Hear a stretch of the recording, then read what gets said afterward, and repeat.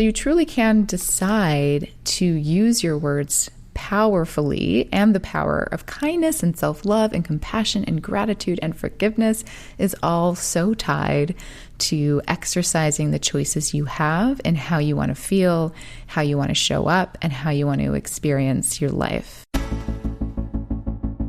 It all begins by understanding the mind. I want to be happy now. I don't care about the future. I want to be happy right now. You are not alone. You are never, ever, ever alone in this. It's helped my voice grow and given me freedom to be creative on my own. I'm Christina Barcy. Welcome to Be Bold, Begin, a podcast dedicated to you, the creative, the healer, and the innovator. The topics and conversations we have here are designed to help you discover what might be getting in your way and offer you tools, techniques, and guidance to move through them. I live in the imposter's body more than I live in my own body. I don't have to feel like I don't deserve this. This is where creativity and healing intersect. If you decide to be bold and begin, you have the opportunity to feel humbled and empowered. I totally believe that. I'm a certified Kaizen Muse creativity coach, a certified Reiki energy healer, and an entrepreneur, artist, and presenter. I will share with you my experiences, my proven tools and techniques that helped me and my clients and loved ones shift and expand in the areas they most desired. This is a gentle and open space where you will hear how others are being bold to encourage you to begin your own journey or expand the one you're on. This is Be Bold Begin. Hi, welcome back. This is Barcy, your host. And we've been talking about self-talk and self-worth and how that relates to our abundance. The connection I'm making between how we think about ourselves and what we believe about ourselves, whether we realize we believe it or not, is how this has an effect on our experiences. I also want to shine a light on the importance of words, especially the words we say to ourselves. Just like everything else, they carry energy, and this energy can be shifted by changing the words we say to ourselves. We do have that power. And when we make these kinds of changes, it gets reflected in our experiences thereafter. So today I'm talking about the power of words.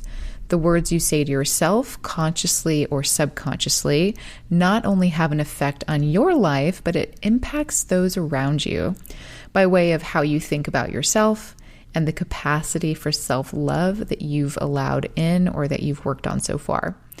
Okay, so what am I talking about? When you find kind words for yourself, your self-compassion grows. Your ability to be self-compassionate also grows. When your self-compassion grows, you suddenly have more compassion for others. It becomes easier to have compassion for someone else that maybe you wouldn't have normally or prior before doing this kind of work. When you begin to view what you've created for yourself with gratitude, for example, you not only find presence, because gratitude truly is the key to living in the present moment, but it then becomes easier to add to that gratitude list. I'm using gratitude as an example of something that you can practice that can then become easier. And when you are kind to yourself, that's also a form of self-compassion, and you can add to that ability for yourself and then for others. So gratitude is another thing that works like this. You might start seeing the people around you in a different light. You might notice all that they do for you. Again, speaking about gratitude, you might become more grateful for the things they do for you and how they add to your life. So when you find compassion and gratitude for yourself like this, when you're working on a self-kindness practice and a self-gratitude practice, what you also will find often, what will come with that practice, is learning how to find forgiveness for yourself. So what do we get when we find forgiveness for ourselves? We can let go of situations that are over. You know, how many of us sit around thinking about what we would have said differently in a conflict, for example? Or you might allow some of the self-guilt to soften in areas that maybe are in your long-term past. there's so many things you can get out of having a self-kindness practice like this. And forgiveness is one of the biggest things that you can achieve and learn to get better at. Self-forgiveness. You can then in turn, again, have more forgiveness for others in situations that they're done. You can't fix them in the past. Again, gratitude brings us into the present. All of this stuff is connected, but forgiveness is a big one. But I want to say that society often positions forgiveness as something that someone who has wronged you must earn, right? Like that person who did me wrong, I don't want to forgive them. They have to earn it. That's kind of how it's structured in our colloquial society or Western society. That's how it's taught to us often. But really, it's something that can't really be received or given to others until we decide to forgive ourselves first. And the step before that is acknowledgement and ownership. So I talk about awareness a lot. This is, in this process, the step to that is sort of acknowledging and owning your part. And when we can own our choices and decisions in every situation, we may see the human error in others a little differently too. So that kind of brings me back to like the compassionate part of this conversation. So we may notice where we were already wounded, for example, and where this person may not realize how impactful their actions were. But seeing that this is part of our experience and that others are not necessarily responsible for protecting this for you, and by forgiving yourself for any guilt around this wound or maybe not communicating the level of care you'd like around this area of yourself as you heal, offers an opportunity for compassion, for forgiveness, and for growth. So it really starts with that first understanding about yourself. So again, it comes from you first, like wondering why maybe something that seemingly could have been gone in a totally different direction. Again, talking about conflict, it's usually where we sort of see these things expressed. And then we're like, okay, well, why did that happen?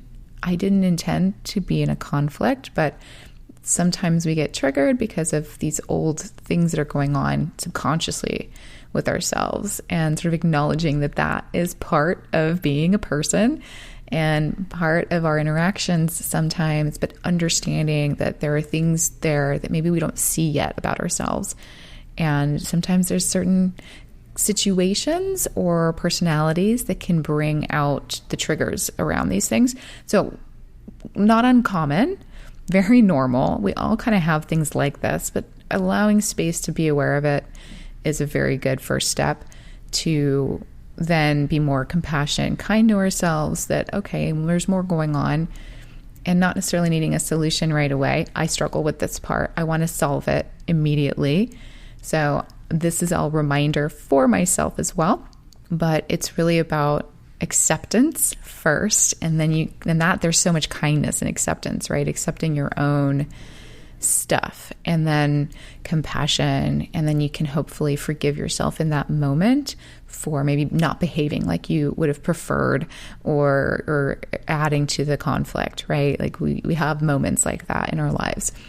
So there's a lot of power in the words we use in a situation like this as well, but it does take practice to use them and to use them with others in this way. And the practice comes from how you talk to yourself. So how you decide to shift from words that are not serving you to ones that are internally. So that's the next process, right? How do we start to be aware of how you're talking to yourself, how you're treating yourself in situations like that, or just even just naturally throughout the day, how are you speaking to yourself internally? Again, coming back to that acknowledgement, awareness, so that you can find words that will better serve you when you're with others, and in turn also better serve them. So whether they decide to participate or not, you can at least come from a place that feels more authentic to you. So you truly can decide to use your words powerfully, and the power of kindness and self-love and compassion and gratitude and forgiveness is all so tied to exercising the choices you have and how you want to feel, how you want to show up, and how you want to experience your life. So I'm curious what 10 days of kind words will change for you. And I'm speaking of kind words towards yourself, how you're talking to yourself. So I think we should do a 10-day challenge. I'll do it too. I know I need a refresher on this as well. It's very easy to forget to do the practice when you feel like you've done some changes and then you kind of live in that change for a while. So you can always reassess. You can always check back in and see, where you're at with this kind of stuff. So we'll do a 10-day challenge. So episode 103, a couple of weeks ago, has the formula we're going to use for this challenge. So go back and listen to that one. And then meet me in my Unleash Academy and community. There's a link in the show notes to join if you haven't already. And we're going to do this together. I'll create prompts for us to keep us on track. It's going to be tagged with the topic, Words of Power 10-Day Challenge. And you'll know what that means when you get into the Unleash Academy and community. That's basically a platform that I've created for us specifically, for those of you that feel aligned with what we do here. That's a space for us to communicate in. It's not Facebook. It's not a Facebook group. It's not Instagram. It's not any social medias that you already exist on, which I actually love because it takes us away from the scrolling and you come in and it's all very intentional and intentionalized space. So it's a community. It has a posting just like you would maybe in a Facebook group, or in a Facebook page or anything really. You can post as the community, you can post, and it's public. So if you think there's someone that you know that you want to invite after hearing this to do this with you, you're welcome to do that. I encourage that. But again, there's a link in the show notes to join. It's free. It's open. It's really just there for us to communicate. And I'm going to continue to populate it with fun things like this, as well as there'll be courses eventually and events and things like that. But we're growing it now. So we're not quite there with all of these offers, but this is the first one. So I would really love to see you there and do this with you. It starts today. So listen to this, join, and then we'll get started. And I'll show you what we're going to do. So you'll jump in and you'll see topics. You can click on the Words of Power 10-Day Challenge topic. It'll take you right to the first couple of posts about this challenge. And if you want to know more about the process, it's very simple how we're going to get started.